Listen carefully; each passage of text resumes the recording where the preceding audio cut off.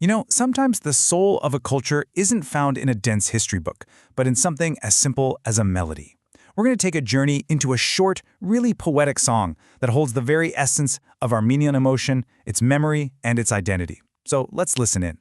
The song kicks off not with a note, but with a breath, almost a sigh. Oh, land and sky, old Armenia. Right from that very first line, you're transported. It's not just describing a place, it's conjuring a feeling. This vast, ancient, almost sacred landscape. This single phrase just sets this tone of deep reverence that's going to echo through the entire piece. So first, the song does something pretty remarkable. It actually gives the land a voice. It's like the ancient, rugged terrain of Armenia itself is the very first character we meet in this story. And I want you to notice the kind of voice this is. It isn't some joyful shout. It's a sound that carries a real sense of sorrow. The wind, which is described as old, becomes this messenger of history, carrying what it calls a scent of tears. This immediately sets a mood of deep, time-worn grief, one that hints at a history marked by both incredible tragedy and, at the same time, this unwavering resilience. Okay, and here, the song just layers its imagery so beautifully. You see nature, the falling snow, and it's blanketing a symbol of enduring faith, the Khachkar, that traditional Armenian stone cross. The image itself becomes a silent prayer, connecting the physical world right to the spiritual, and it embodies the sacred hope of ancestors. All right, so the land has spoken. What happens next? Well, now the song introduces the human response, a voice that rises up not from the mountains this time, but from the very heart of the people. And I really want you to catch the contrast here. The first voice came from these vast, imposing mountains. This one, it's softer, way more intimate, heard among the flowers. It's the sound of mothers, this powerful symbol of life and resilience, and their prayers are silent, but you know they're deeply felt. It's a quiet strength answering that ancient sorrow. And then, Ban, the ultimate symbol, Mount Ararat. For Armenians, this is so much more than just a mountain. It's the biblical resting place of Noah's Ark, and it's this profound emblem of national identity, a constant, watchful presence.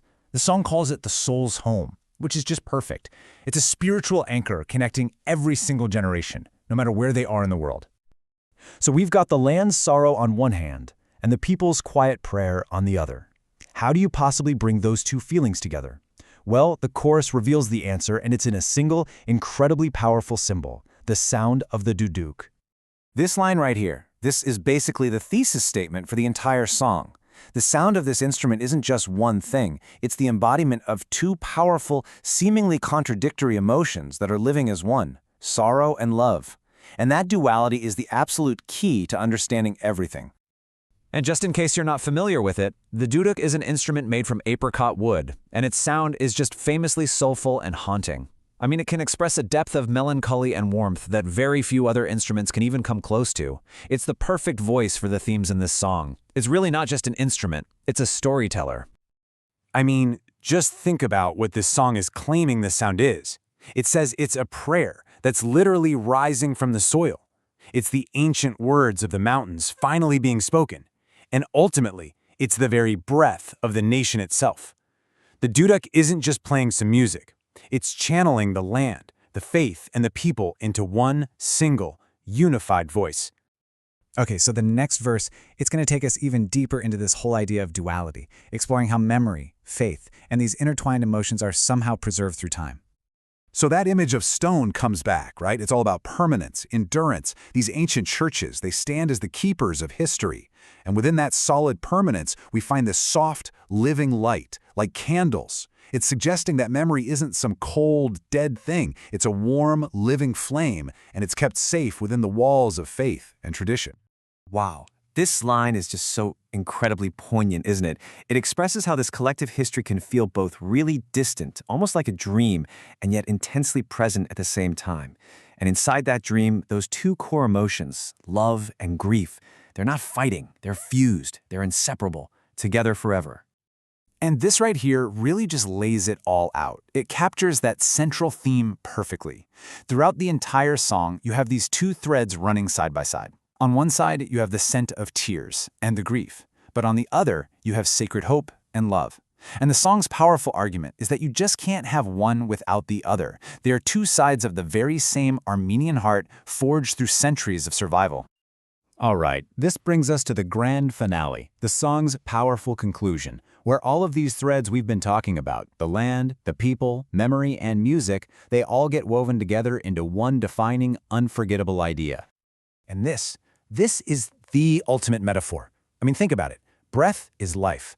It is the most fundamental sign of existence we have. So by saying the sound of the duduk is the nation's breath, the song is claiming that this music, filled with both its sorrow and its love, is the very life force of the Armenian people. It's the sound of their survival and their enduring spirit. So, what has this short song really shown us? Well, it has masterfully woven the voice of the mountains, the quiet prayers of its mothers, the memory held in ancient stone, and the sound of its most soulful instrument into a single, unbreakable portrait of a national soul. And just when you think it can't get any more profound, after declaring its sound to be the nation's breath, the song concludes with an even more powerful statement. That sound, that feeling, that incredible fusion of sorrow and love, that is the heart of Armenia. So it really leaves you with this incredible question to think about. Through art, through music like this, we can hear something that's totally intangible. So what does the soul of a nation truly sound like? Well, this song suggests it sounds like a story of resilience, a prayer of hope, and a beautiful melody that holds both love and loss in the very same breath.